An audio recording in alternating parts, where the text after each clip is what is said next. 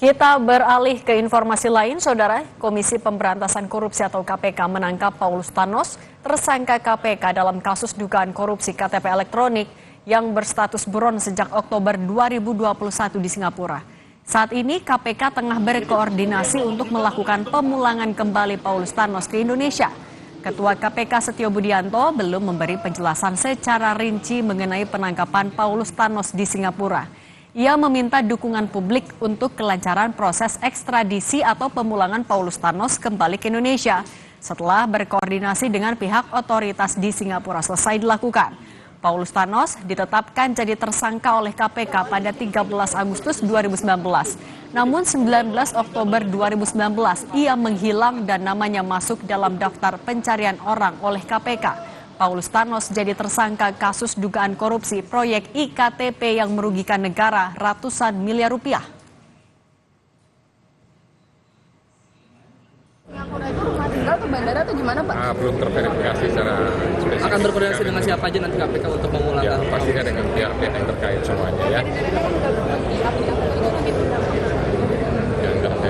Mudah-mudahan semuanya lancar. Kita tunggu saja nanti informasi lebih lanjut. Ada target nggak Pak kapan? Kapan dipulangkan? Ya, kapan akan Tunggu saja semuanya ya.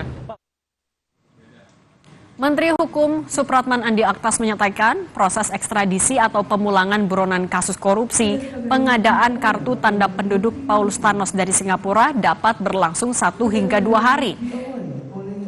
Bisa pengadilan di Singapura menyatakan dokumen yang diajukan ke pihak Indonesia sudah lengkap, maka ekstradisi Paulus Thanos akan segera diproses.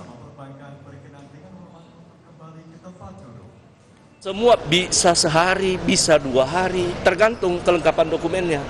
Karena kan itu permohonan harus diajukan ke pihak pengadilan di Singapura.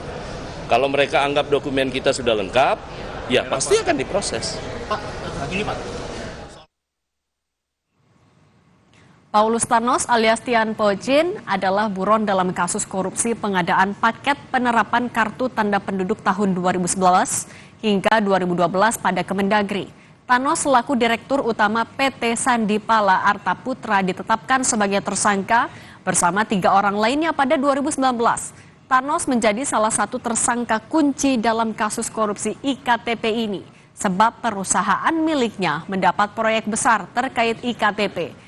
PT Sandipala Arta Putra sendiri diduga mendapat pekerjaan sekitar 44% dari total keseluruhan proyek IKTP senilai 5,9 triliun rupiah.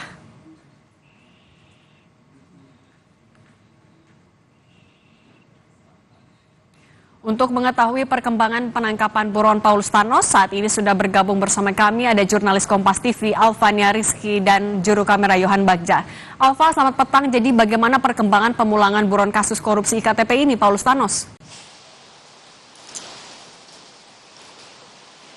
Selamat petang, Cindy dan juga saudara. Sampai saat ini nampaknya proses ekstradisi dari tersangka kasus IKTP atau korupsi IKTP Paulus Thanos masih di tahap kelengkapan atau melengkapi data-data ekstradisi. Kalau kata Menteri Hukum Supratman Andi Aktas menyebutkan bahwa permohonan ekstradisi ini sudah dikeluarkan atau diajukan oleh Kejaksaan Agung. Saat ini Kementerian Hukum masih menantikan 2-3 dokumen yang harus dilengkapi oleh Kejaksaan Agung maupun oleh Kepolisian Republik Indonesia untuk kemudian bisa memproses ekstradisi tersebut dan mengajukannya dari pemerintahan Indonesia ke pengadilan di Singapura.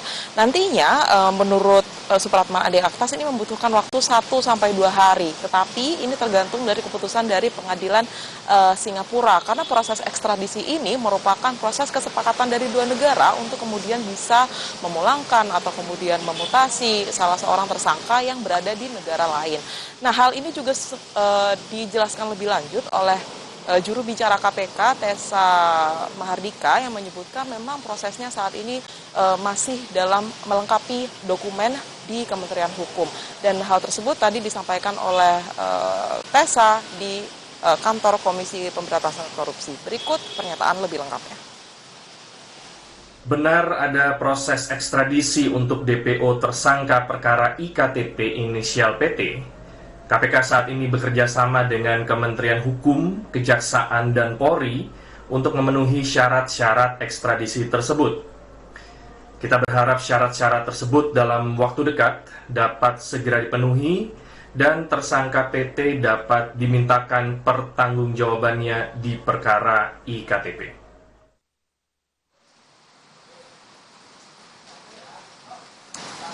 Dalam waktu dekat, proses ekstradisi dari Paulus Thanos harapannya bisa langsung segera dilakukan, walaupun ia sudah menjadi buron sejak tahun 2021 lalu. Cindy dan juga saudara, banyak sekali kendala yang harus dihadapi KPK dalam melakukan ekstradisi. Mulai dari terlambatnya kemunculan red notice, kemudian perubahan identitas dari Paulus Thanos itu sendiri, dan saat ini sampai pada penangkapan Paulus Thanos di Singapura. Kita menantikan bersama seperti apa keputusan dari pengadilan Singapura. Cindy. Terima kasih jurnalis Kompas TV Alvania Rizky atas laporan Anda.